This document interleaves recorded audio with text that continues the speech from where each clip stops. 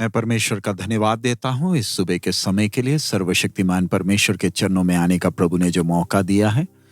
आइए आज के वचन मनन के लिए भजन संगीता 62 उसका 5वां वचन हम पढ़ें। हे मेरे मन, परमेश्वर के सामने चुपचाप रहे, क्योंकि मेरी आशा उसी से है। कल हम लोग मनन कर रहे थे कि कैसे आराधना हमारे प्रार्थनाओं का एक मुख्य विषय है। एक व्यक्ति सच्चे मन से, सच्चाई और धार्मिकता के साथ परमेश्वर की आराधना तभी कर सकता है अगर उसे यह एहसास हुआ है कि परमेश्वर कितना महान है। अब आइए आज हम भजन संगीता लिखने वाले की प्रार्थना को जरा देखें। दाऊद राजा कहता है, हे मेरे मन, परमेश्वर के सामने चुपचाप रहे, क्योंकि मेरी आशा उसी से है। एक व्यक्ति परमेश्वर की उपस्थिति में चुपचाप तभी रह सकता है जब उसके अंदर उसके लिए प्यास है। हमारा शरीर संतुष्ट कब होता है? जब उसकी शारीरिक आवश्यकताएं पूरी होती हैं। लेकिन संसार की कोई भी भौतिक चीज एक व्यक्ति के प्राण और आत्मा को तृप्त नहीं कर सकता। वो केवल अपनी तृप्ति परमेश्वर की उपस्थिति में ही पा सकती है। राजा दाऊद के जीवन में राजा होने के नाते खुशी और आराम के लिए बहुत से चीजें थी, लेकिन दाऊद के विश्वास को जरा देखे। वो कहता है, मेरी आशा उसी से है। उससे हमें समझ में आता है उसका परमेश्वर के साथ कितना नजदीकी संबंध था। उसे मालूम है कि संसार का कोई भी सुख उसके प्राण को तृप्त नहीं कर पाएगा। दाऊद ने मूसा के जीवन को मनन किया होगा, जो परमेश्वर का दास था।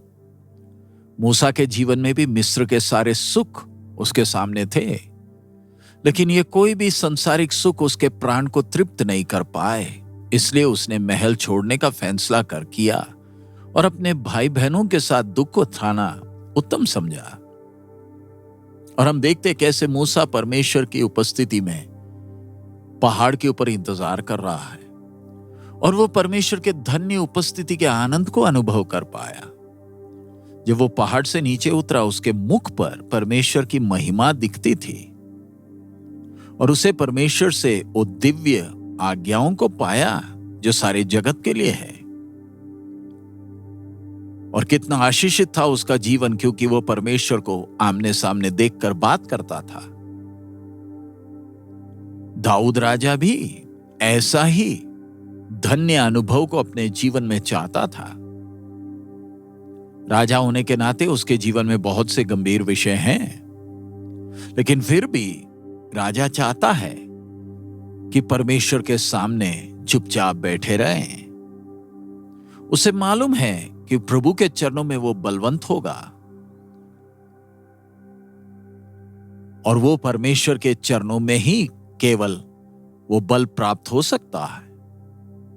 राजा होने के नाते कई जिम्मेवारियां उसके कंधों पर हैं, क्योंकि परमेश्वर ने स्वयं वो जिम्मेवारियां सौंपी हैं। लेकिन उसका धन दौलत, उसका ताकत या बाकी कोई भी चीज उसे प्रतिदिन बलवंत नहीं कर पाई। जब उसका बेटा राजा सुलेमान अपने दोस्तों के साथ समय बिताकर उनसे सलाह प्राप्त करता था, दाऊद राजा परमेश्वर की उपस्थिति में बैठकर प्रभु से अगुवाई प्राप्त करता था। और दाऊद के जीवन का रहस्य यही था, क्योंकि वो परमेश्वर को प्रसन्नदायक एक जीवन बिताया। वो अपनी गलतियों से उसने बहुत सी बातें सीखी और उसने प्रभु पर आसरा रखना सीखा, क्योंकि उसके प्राण के लिए सुरक्षा प्रभु ही है। हमें समझना है, दाऊद परमेश्वर से और धन प्राप्ति या कुछ और ताकत पाने के लिए प्रभु के चरणों में नहीं बैठा है। इस भजन संगीता के पहले वचन में देखते हैं, सचमुच मैं चुपचाप होकर परमेश्वर की ओर मन लगाए हूं, मेरा उद्धार उसी से होता है। सच है, दाऊद के अंदर की इच्छा, वो जानता है कि परमेश्वर ही उसका चट्टान और उसका उद्धार है। आज सुबह हम अपने जीवन को देखें, क्या हमारे अंदर वो आश्वासन है? कई बार हम प्रभु के चरणों में बैठते हैं, हम तब बैठते जब हमारे बाकी सारे रास्ते बंद हो गए, हमारा भविष्य धुंधला सा दिखने लगता है। उससे मालूम चलता है कि हम प्रभु पर जैसे भरोसा करना है भरोसा नहीं करते हैं। हमें प्रभु पर उतना आसरा नहीं है कि वही मेरा उद्धार का चट्टान है। हम प्रभु पर और प्रभु के मार्गों पर भरोसा नहीं करते हैं, इसलिए ना हम अपनी इच्छाओं के अनुसार चलना चाहते हैं। आइए इन दिनों में हम प्रभु के चरणों में बैठें, हमारे प्राण सबसे पहले परमेश्वर में तसल्ली पाए, हम अपनी नजरें प्रभु की ओर टिकाएं।